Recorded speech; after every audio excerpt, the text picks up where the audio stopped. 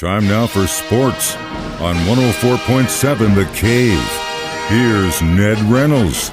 Mike, the intern, Ned Reynolds, in the studio on a Tuesday morning. So every time Patrick Mahomes takes the ball and runs, my heart stops, especially when the dude tries to jump up.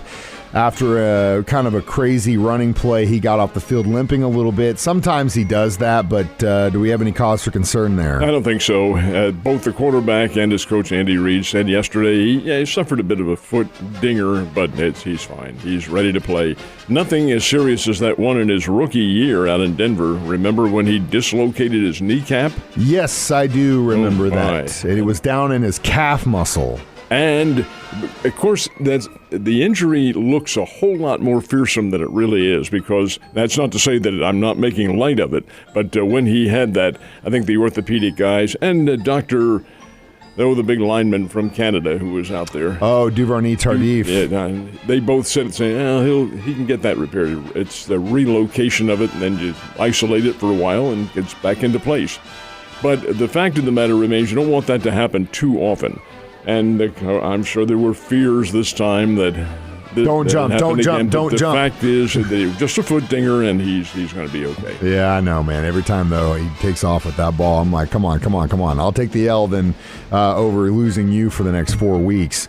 All right, so I have to kind of laugh because I've got a couple friends that are Browns fans, and they're just so annoying about everything. When they get a piece, they're like, oh my God. So when Baker Mayfield goes to Cleveland, they thought they were going to win it all, right? Well, he gone. He goes to Carolina. He gone. Your reaction?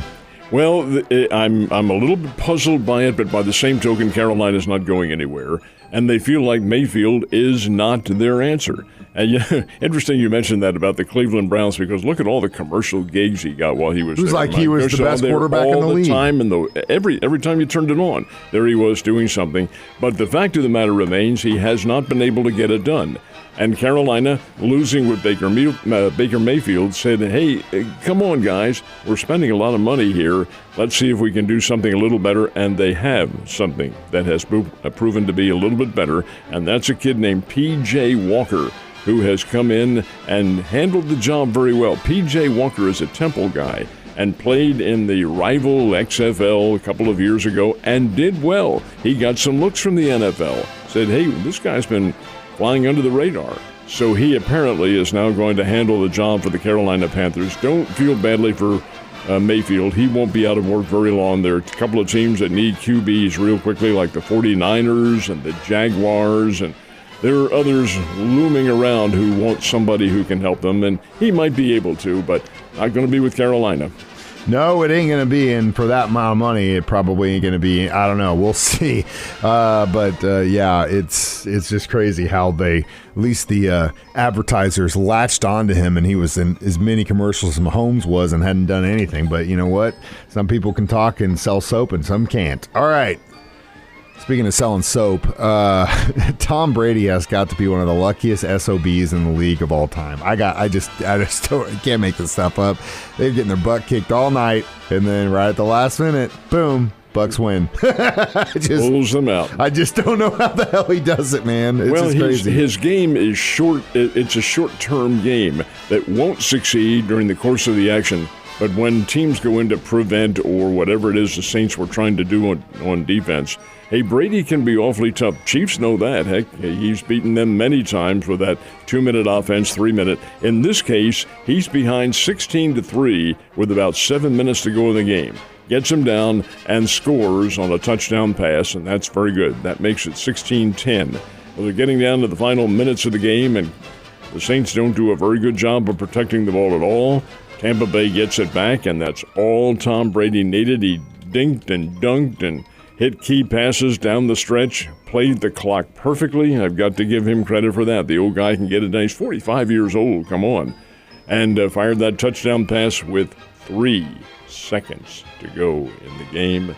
And Tampa Bay wins 17-16. They pulled one out. Saints have nothing to – they need to just not feel sorry for themselves. They need to drop back and say, hey, look, you can defense this guy. Nobody's beyond being able to defense. Let's figure out something to do. as a result, I think Tampa Bay, even as mediocre as they are, they're going to be in the playoffs. Yeah, it's crazy. It's crazy. But pressures, man, that's what it comes down to. It's what happened in Cincinnati with the Chiefs on Sunday. They lacked pressures.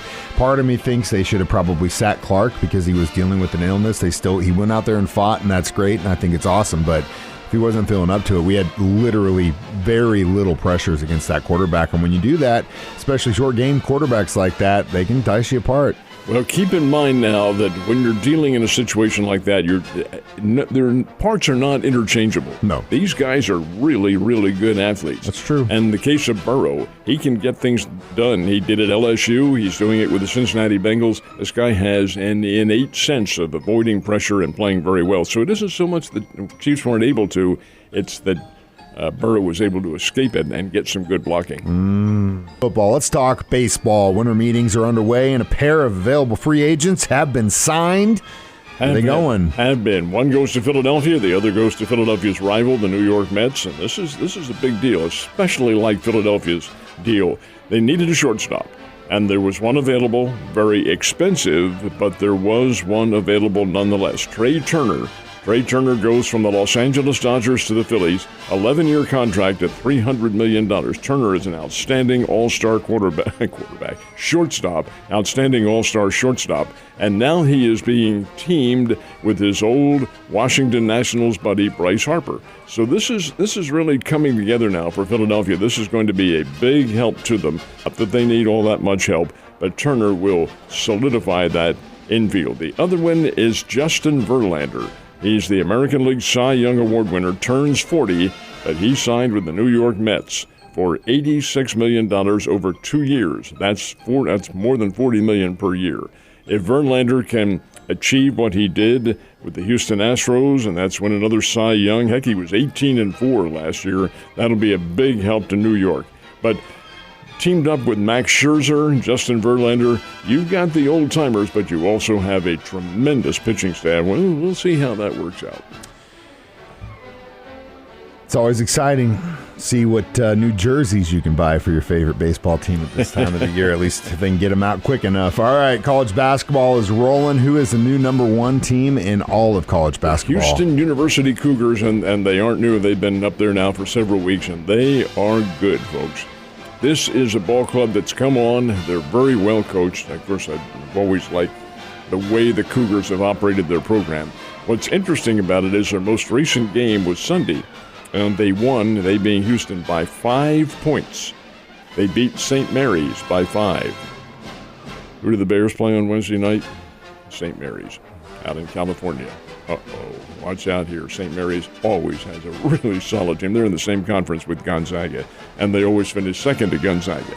Nonetheless, Houston is number one. You have Texas, University of Texas, number 2. The Virginia University Cavaliers are number 3. Kansas is 6, and Arkansas is 9. We have some pretty doggone good area representation. Yeah, we do. How good is Kansas? Well, I think they're very good, and they play Mizzou coming up. I believe it's on the 17th of this month, but that's going to be very interesting. Playing Columbia, Missouri's undefeated at the moment. See what happens. Be interesting. Being very interesting so far, but we got a long way to go until we get to the craziness in a couple months. All right, last but not least, Mizzou, Wake Forest. What are the guys in Vegas saying? Well, they're playing in the Gasparilla Bowl in Tampa, Florida, and that will be 2 days before Christmas. And the Demon Deacons, Wake Forest of the Atlantic Coast Conference, is a 3.5-point favorite. I wouldn't put a whole lot of stock in that. Wake Forest and Missouri are really kind of mirror images of each other. They've both had good points about the season, and both have suffered a little bit. I give a little bit of a nod to the Tigers in this one because Missouri plays in a tougher schedule in the SEC, while Wake Forest is ACC, and it's not a slouch by any stretch of the imagination. Okay, so what about common opponents? All right, there is one. Both teams played Vanderbilt. Missouri, of course, is in the same division as Vanderbilt, so they're going to play them every year. For the Demon Deacons of Wake Forest, it was a non-conference game. Well, Wake Forest beat Vandy 45-25. Missouri beat Vanderbilt 17-14 and had to hang on down the stretch. Is that indicative of anything? No, because you can't compare opponents like that. things differ in almost every circumstance. But that game is the 23rd. Wake Forest, Missouri, and Missouri is in a bowl game. That's what counts. That does. And I'm very excited about my Wildcats going against the Tide, man. That's going to be one hell of a test. Now, that's a heck of a challenge for Kansas State. Alabama finishes number 5 in the overall bowl scheme of things that the committee put together. Don't sell this team short. Yes, they lost 2 games this year and didn't get into the playoffs. The 2 games that they lost totaled 4 points. One, a 3-point field goal by Tennessee in overtime. The other, a 2-point conversion in overtime. Hey, Alabama, they may not be the Bama of the past, but they're pretty doggone good. Always Kansas have State been. will have a heck of a challenge. Hell yeah. Alabama -6 right now, 56. That is a bit. That's a bit too much. Kansas State's pretty good. Think it'll be a little closer than that? Yeah, I think so. Kansas State played TCU very well. TCU is a fine football team. They're very much, they're going to play for the national championship or in the national championship semifinals. But don't underestimate them. Relatively small school playing in the Big 12, the Horned Frogs, but these guys can play and they've got a very good team. Great QB and Max Duggan who can play the game. I can foresee that being a little bit closer than everyone expects. I do too, and I hope so, but it's been a great college football season so far this year, and, we're almost to the end, but I'm very thankful for it because, as a guy, yes, I like the Wildcats, but really as just a guy who just loves college football, it's just been really, really fun to watch. It really has been. A chance to see him. All right, man. I'll see you tomorrow. Have a good day.